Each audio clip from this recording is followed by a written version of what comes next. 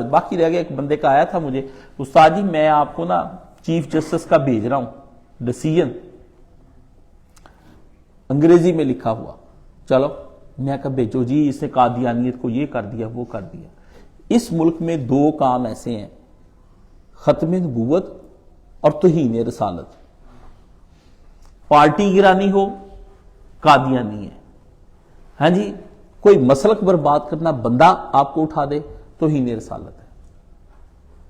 دو کام محمد علی مرزا کے لیے گیا نہیں ہے شام لائی سے یہاں سے وہاں، کٹھے ہو جاؤ تے حملہ کر دو فلان کر دو، کچھ بھی نہیں، بندوں کو گرم کر دو، چھرے لے کے بھیج دو کہ اس نے نبی علیہ السلام کی توہین کی ہے، اس کے معنی یہ ہے، خود ہی معنی پہ معنی بنا دیجیے، دو جرم ہے۔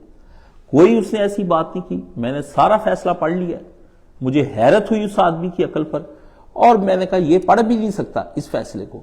آپ یقین جانے میرا ارادہ ہوا اس کو بلا کے نا اسے کہوں یار اس کا ٹرانسلیشن تو کر میرے سامنے بیٹھ کے۔ وہ بھائی جان وہ ساری کی ساری قانونی لغت ہے۔ جب میں نے LLB سٹارٹ کیا تھا نا سن 2001 میں، تو سب سے پہلے میں نے جو کتاب خریدی تھی قانون کی کتاب پڑھنے سے پہلے بھی قانونی لغت لے کر آیا تھا کہ پہلے مجھے پتا تو چلے بھی اس کے لفظوں کے معنی ہے کیا، کروں گا تو میں بعد میں فیصلہ بھی ٹرانسلیشن کیا کرنی ہے۔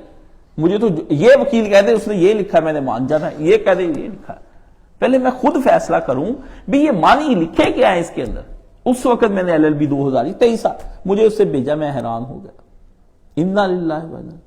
وہ بھائی آپ اسے ریویو کروائیں، اسے پوچھے بھائی جان اس کی اور وضاحت کریں۔ اس نے یہ نہیں لکھا کہ قادیانیت کو پروموٹ کرنے کی اجازت ہے، اس سے کہا ان لوگوں کو اپنے اپنے دائرہ کار میں اپنے اپنے مذہبی لوگوں کو کی اجازت ہے کہ یہ قادیانی کو دے رہا ہے کوئی تفسیر تو وہ تو اس کی اجازت ہے، سائی کو دے رہا ہے، یہ ہمیں نہیں کر سکتے کسی، وہ نہ پڑھا نہ دیکھا نہ کچھ اور۔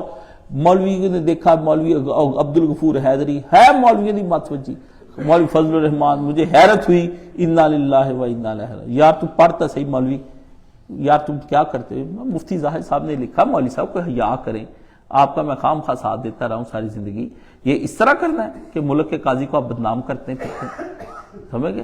اور PTI اس کا سب سے آگے کرتی، یہ سب بدماش جماعت ہے، یقین جانے اس کو اللہ نے فنا کر دینا انشاءاللہ تعالی۔ آپ دیکھیں گے میری سامنے یہ رہے گی نہیں، میں نے آپ کو پہلے بھی کہا تھا کہ یہ آپس میں ظالموں کو اللہ لڑا کے ختم کر دے گا۔ یہ بار بار اٹھتے ہیں فنیر صاحب، پھر صاحب یہ ان کو گراتے ہیں، یہ اٹھتے ہیں، انٹرنیشنل ان کے پیچھے لابی ہے، اسٹیبلشمنٹ ہے، وہ ان لوگوں کو کرتی اٹھاتی ہے، سارا وہ ترتیب دیتے ہیں کہ 45 نمبر فارم پہلے تم تیار کر لو، گل رولے چھپا دیو سارے، کھپ پہ جوے، کوئی کہن نہیں الیکشن ہوئے کوئی نہیں ہوئے، پہلے ہی فارم جاری کر دو، یہ کر دو وہ کر دو۔ کیا تماشا انہوں نے بنایا ہوا ان لوگوں نے، ملک میں فساد کرتے پھرتے، اور یہ کبھی بھی نون لیگ نے اس طرح کا کام نہیں کیا، نہ کبھی کسی اور جماعت نے کیا، یہ وحد ہے۔ اس کے پیچھے وہ کافر ہیں، وہ چڑے ہوئے ہیں، وہ کہتے ہیں اب دیکھ لیں کہ انہوں نے کہا کہ فلسطینی ریاست ہم نے بننے ہی نہیں دینی، پہلے 2 ریاستی تھا، کہتے ہیں یہ رہ بننی نہیں، اب چلو ہم مٹا ہی دینے سارے فلسطینی۔ دلیر کس بات پر ہوئے؟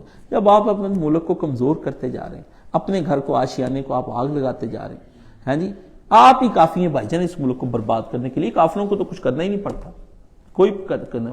میری بات یاد رکھے، نون لیگ، پیپلز پارٹی، کوئی جماعت آپ کو دھرنوں میں ملک کو برباد کرنے کے بارے میں سوچے نا، وہ ملک دشمن جماعت ہے، وہ کافروں کی ایجنٹ ہے۔ یہ PTI کوئی بھی ہو یہ ایجنٹ ہے۔ ملک بہت پیارا ہے، ملک بہت پیارا ہے، اپنے ایک بھائی کو ذبح کر دو پورا گھر بچا لو، ہمیں نہیں ایسی آزادی چاہیے، ہم غلام ہی اچھے ہیں بھائی جان، جو تمہاری آزادی ہے ہم اس سے غلام اچھے ہیں۔ ملک بہت قیمتی ہے، اتنا قیمتی ایسٹ ہے آپ کو کیا پتا۔